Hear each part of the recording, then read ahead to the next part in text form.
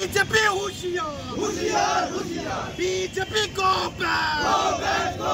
BJP को আমি ধুবুৰী জিলা কৃষক মুক্তি ছাত্ৰবাদী সংগ্ৰাম সমিতি চাপৰ ৰাজচক্ৰ কাৰ্যৰ সন্মুখত আমি অনিৰ্দিষ্টকাল ধৰ্মঘট পালন কৰি আছোঁ।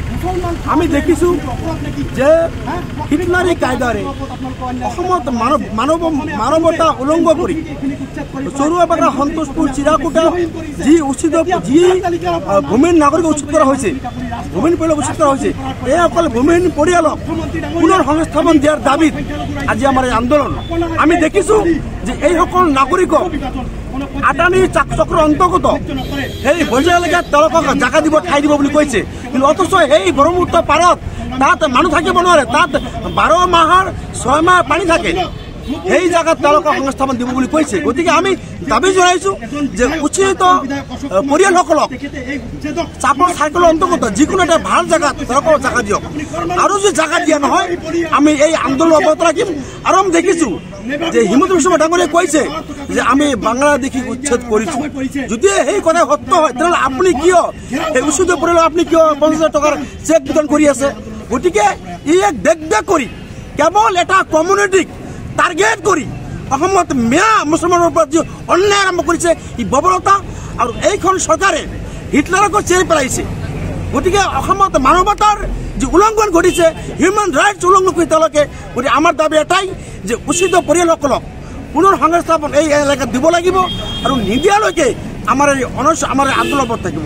আৰু আমি দেখিছোঁ, আজি শুনিছোঁ যে কিছুমান মানুহৰ মূৰত মেছেজ গৈছে যে তেওঁলোকৰ ভোটাৰ নাম কৰ্তন হ'ব।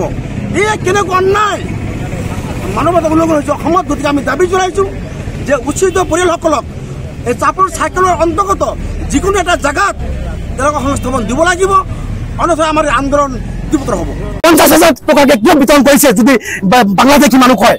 যদি এই মানুহখিনি প্ৰকৃত ভাৰতীয় নাগৰিক নহয় 50,000 টকাকে কিয় বিতৰণ কৰিছে আপুনি? মুখ্যমন্ত্ৰী ডাঙৰীয়া, আপুনি অজিম এমবিএছৰ কথা আপোনাৰ মনত আছে নে নাই?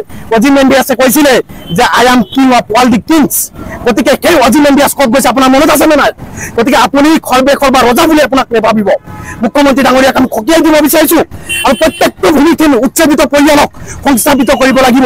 আজি এই মানুহখিনিক প্ৰথম উচ্ছেদ কৰা হৈছে, মানুহখিনিক প্ৰথমে গৃহহীন কৰা হৈছে, তাৰ পাছত এতিয়া ভোটাৰ তালিকাৰ পৰা নাম কৰ্তন কৰি এই মানুহখিনিক ৰাষ্ট্ৰহীন কৰাৰ এক গভীৰ ষড়যন্ত্ৰত মুখ্যমন্ত্ৰী হিমন্ত বিশ্ব শৰ্মা লিপ্ত হৈছে।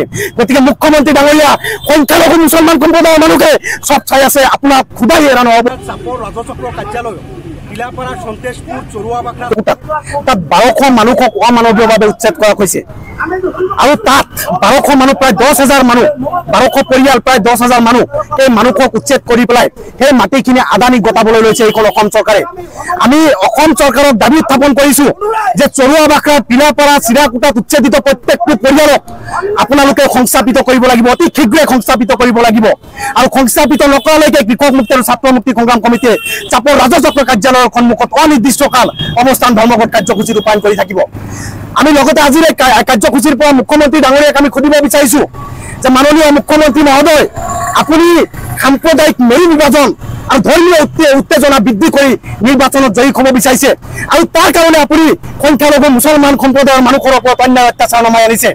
আপুনি আৰু কিমান অত্যাচাৰ, কিমান অন্যায় কৰিলে আপুনি শান্তি লাভ কৰিব, এই কথাটো অসমৰ ৰাইজক আপুনি জনাব লাগে। আজি কেৱল মুছলমান হোৱাৰ কাৰণে এই মানুহখিনি মুছলমান খোৱাটো মানুহখিনি অপৰাধ নেকি? প্ৰকৃত ভাৰতীয় নাগৰিকক আপোনালোকে অন্যায়ভাৱে উচ্ছেদ কৰিছে। মানুহখিনি ধুমুহা বতাহৰ মাজত এই ৰাতি তিৰপল টানি পেলাই সেই ঠাইত উচ্ছেদস্থলীত কটাবলগীয়া হৈছে। ইয়াতকৈ দুৰ্ভাগ্যজনক কথা কি হ'ব পাৰে? আজি মুখ্যমন্ত্ৰী ডাঙৰীয়া, আপুনি 50,000 টকাকে কিয় বিতৰণ কৰিছে যদি বাংলাদেশী মানুহ হয়? যদি এই মানুহখিনি প্ৰকৃত ভাৰতীয় নাগৰিক নহয় 50,000 টকাকে কিয় বিতৰণ কৰিছে আপুনি? মুখ্যমন্ত্ৰী ডাঙৰীয়া, আপুনি অজিম এমবিএছৰ কথা আপোনাৰ মনত আছে নে নাই? অজিম এমবিএছে কৈছিলে যে I am king of all the Kings.